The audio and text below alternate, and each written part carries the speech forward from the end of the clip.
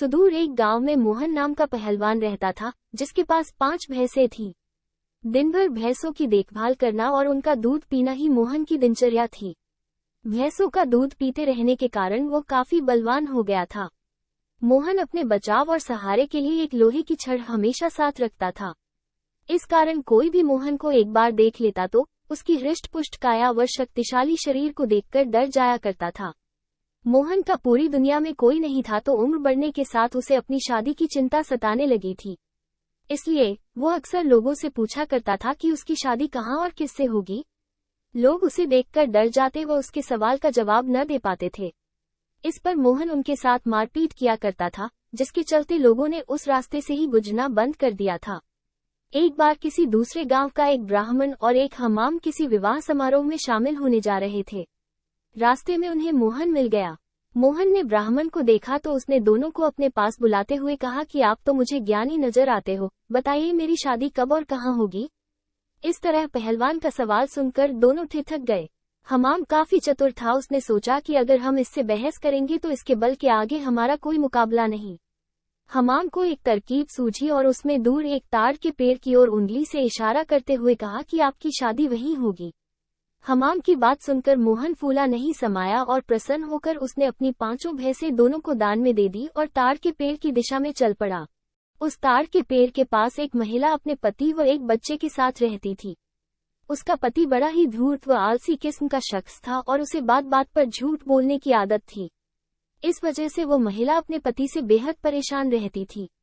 काफी दूर तक पैदल चलने के बाद जब मोहन ताड़ के पेड़ के पास पहुंचा तो वो औरत घर के बाहर निकली।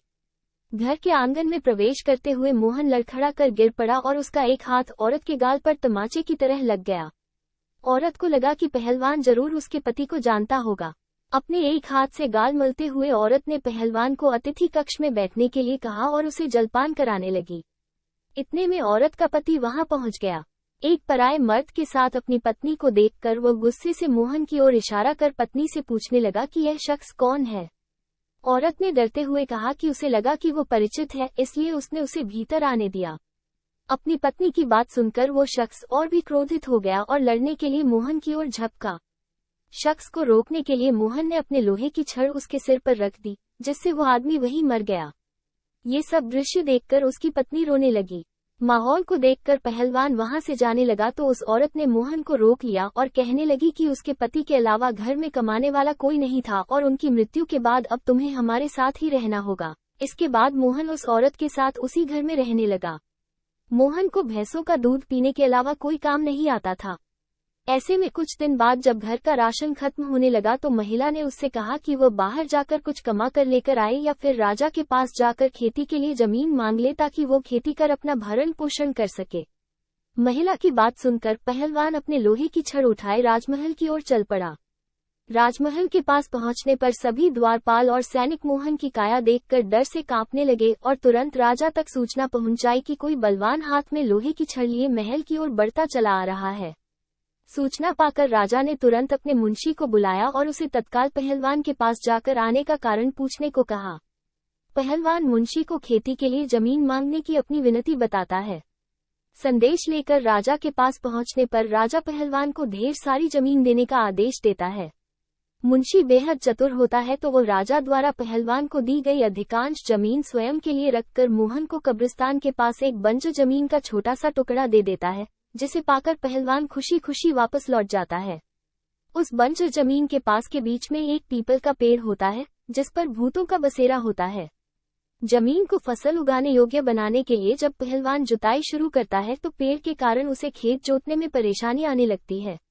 मोहन उस पेड़ को उखाड़ने की ठान लेता है और अपनी लोहे की छड़ से उस पर प्रहार करता है, जिससे करीब 150 भूत पेड़ से नीचे गिर जाते हैं और गुस्से से पहलवान की ओर लड़ने के लिए दौड़ते हैं।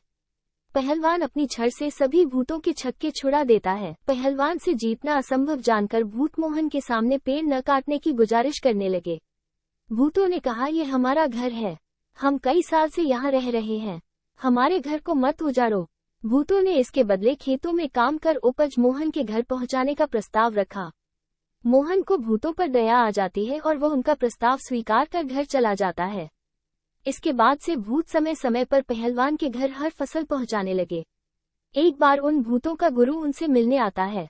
सभी भूतों को दुबला पतला व कमजोर देखकर वो उनकी दुर्दशा का कारण पूछता है। भूतों से पूरा वृतांत सुनकर गुरु पहलवान को सबक सिखाने की ठानता है और उसके घर की ओर चल पड़ता है। भूतों का गुरु एक बिल्ली का रूप धारण कर पहलवान पर हमला करने की योजना बनाता है। उन दिनों पहलवान के घर में रोज एक बिल्ली रसोई में घुसकर सारा दूध पी जाती थी, जिससे वो काफी परेशान था। उस दिन पहलवान भी उस बिल्ली को सबक सिखाने के लिए दरवाजे के पीछे छिपकर बिल्ली का इंतजार कर रहा होता है। जैसे ही बिल्ली के रूप में भूतों का गुरु कमरे में प्रवेश करता है, पहलवान उस पर प्रहार कर देता है।